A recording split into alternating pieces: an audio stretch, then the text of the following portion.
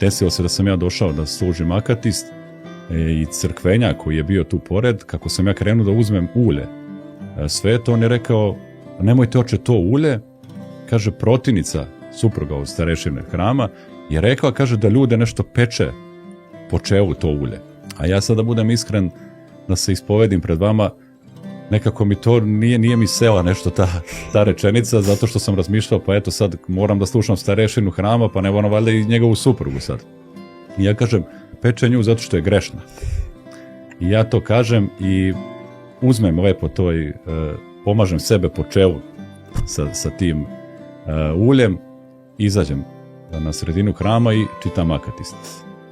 Ja ne mogu da vam opišem koliko je mene peklo to po čelu. Ja sam imao moći da je meni neko napravio krst užaren.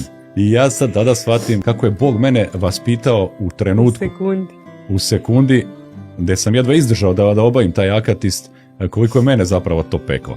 Tako da to je ona pouka naša o osuđivanju drugih i o tome kako se nekada... Ne sudite da vam se ne sudi. Pa upravo, i budemo mi uglavnom vrlo brzo poučeni kada su te situacije u pitanju, dakle vidimo koliko je zapravo bilo i ružno i tužno to što smo osuđivali drugoga.